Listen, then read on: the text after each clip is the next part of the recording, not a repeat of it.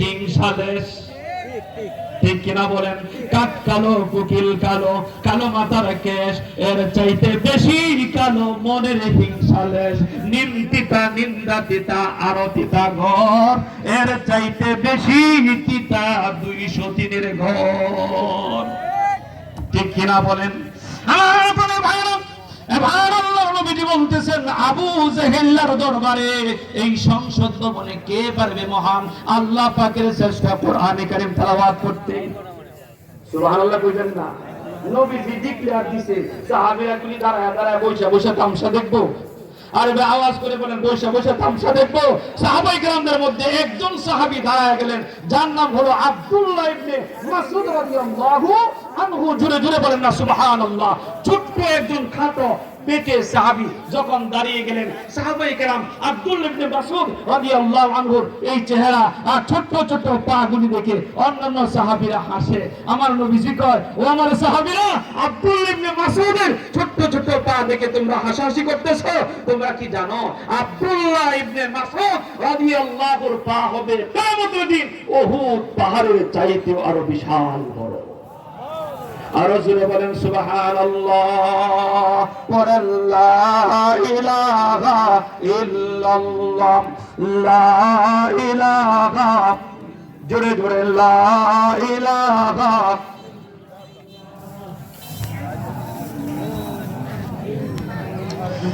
লা ইলাহা ইল্লাল্লাহু মুহাম্মাদুর রাসূলুল্লাহ সাল্লাল্লাহু আলাইহি ওয়াসাল্লাম। এবার আল্লাহর নবীর সাহাবী আব্দুল্লাহ ইবনে মাসউদ রাদিয়াল্লাহু আনহু আমার নবীজির কাছে দাঁড়িয়ে দাঁড়িয়ে কয়, ইয়া রাসূলুল্লাহ সাল্লাল্লাহু আলাইহি ওয়াসাল্লাম, নবী গো, আপনি আমার জন্য দোয়া করেন, আমি যেন আবু জেহেলের দরবারে কোরআনে কারীমটা তেলাওয়াত করে আসতে পারি। সুবহানাল্লাহ কইবেন না? আর আবু জেহেলের দরবারে কোরআন তেলাওয়াত যদি করতে যায়, সাহসের দরকার আছে না নাই? একসাথে বলেন, আছে না নাই? এবার সাহাবী আব্দুল্লাহ ইবনে মাসউদ রাদিয়াল্লাহু আনহু গিয়া আপনার আবু জেহেলের মজলিসের মধ্যে বসে, পার্লামেন্টের মধ্যে বসে, জামাইরা যেইভাবে বসে ঠিক ওইভাবে বসে কোরআন কারীম তেলাওয়াত করতে শুরু করে দিলেন। আওয়াজ করে বলেন সুবহানাল্লাহ। তেলাওয়াত করতে শুরু করে দিলেন সূরা আর-রহমানের কয়েকটা আয়াত। আল্লাহু আকবার বলবেন না? এবার তেলাওয়াত করতেছেন, আর-রহমান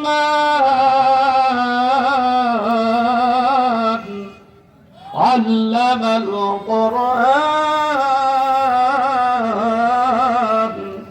খালাকাল ইনসানা আল্লামাহুল বায়ান। আল্লাহু আকবার বলেন। الشمس والقمر بحسبان।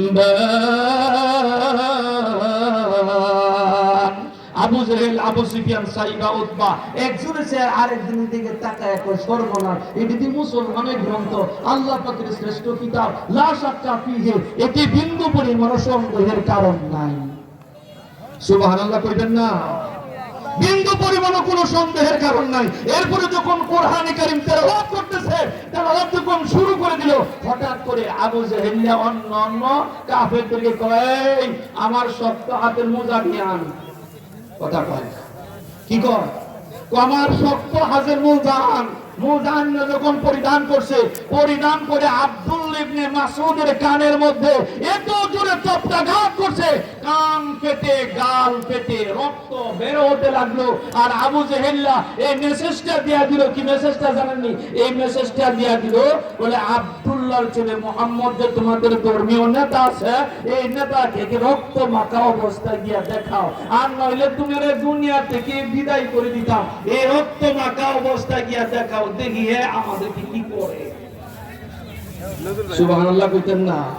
আরে ভাই জোরে বলেন না আল্লাহু আকবার।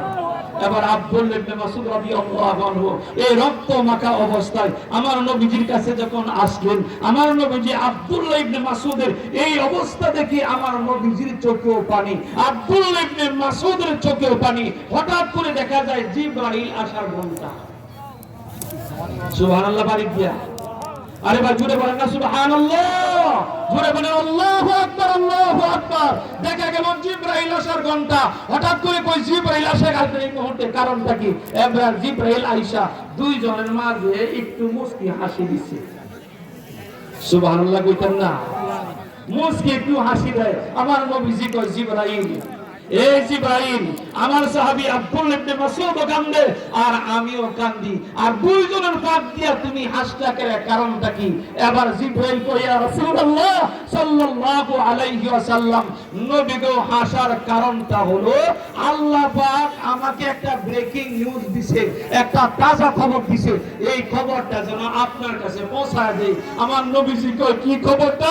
খবরটা হইলো এই আব্দুল্লাহ ইবনে মাসউদের হাতে ওই কাফেরদের যে লিডার আবু জেহেল এই পৃথিবী থেকে আব্দুল্লাহ ইবনে মাসউদের হাতে বিদায় নিল।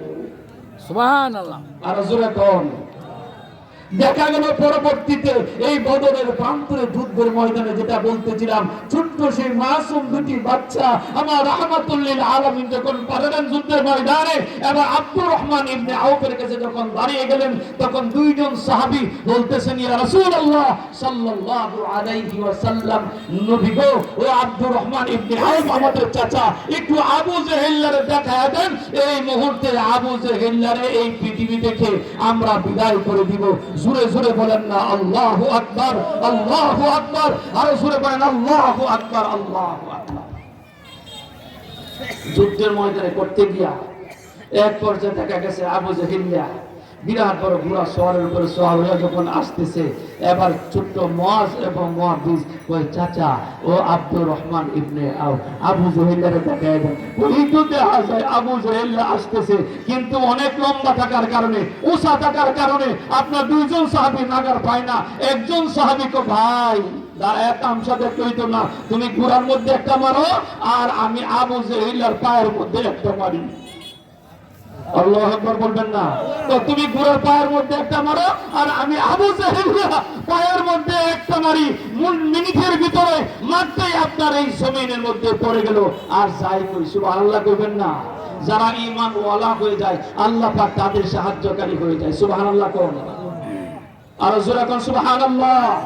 সেই ঈমানের বলে বলিয়ান হতে হবে, তাইলে বোঝা গেল ওয়া তাওয়াক্কুল ইন্নামাল মুমিনুনা আল্লাযিনা ইযা যুকিরাল্লাহ ওয়াজিলাত কুলুবুহুম ওয়া ইযা তুলিয়াত আলাইহিম আয়াতুহু যাদাতুহুম ঈমানাও ওয়া আলা রাব্বিহিম ইয়াতাওয়াক্কালুন। মুমিনরা ভরসা করবে কার উপর? আরে ভাই আওয়াজ করে বলেন কার উপর? 4 নম্বর কোয়ালিটি কি? আল্লাহ রাব্বুল আলামিন বলেন আল্লাযিনা ইউকিমুনাস সালাত।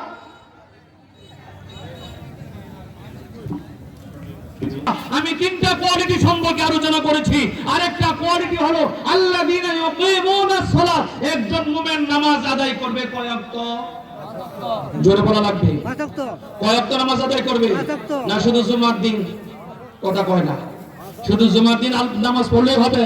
কয় ওয়াক্ত নামাজ পড়তে হবে? 5 ওয়াক্ত নামাজ আদায় করতে হবে।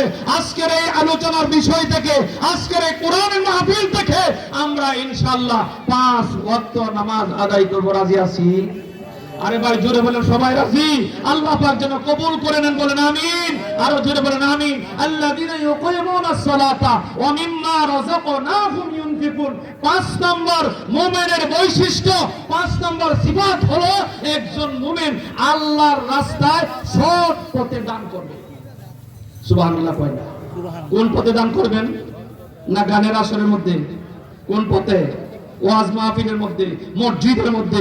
আর যেই দিকে আপনার দান করলে আল্লাহ পাক একে দানে একে আনে কত? কথা কয় না? 1 টাকা দান করলে কয় টাকা আনে? আরে ভাই জোরে বলেন কয় টাকা আনে? 1 টাকা দান করলে 10 টাকা আনে। একজন সাহাবী রাহমাতুল লিল আলামিন, এই কথাটা বলে আমি আপনাদের কাছ থেকে বিদায় নিচ্ছি।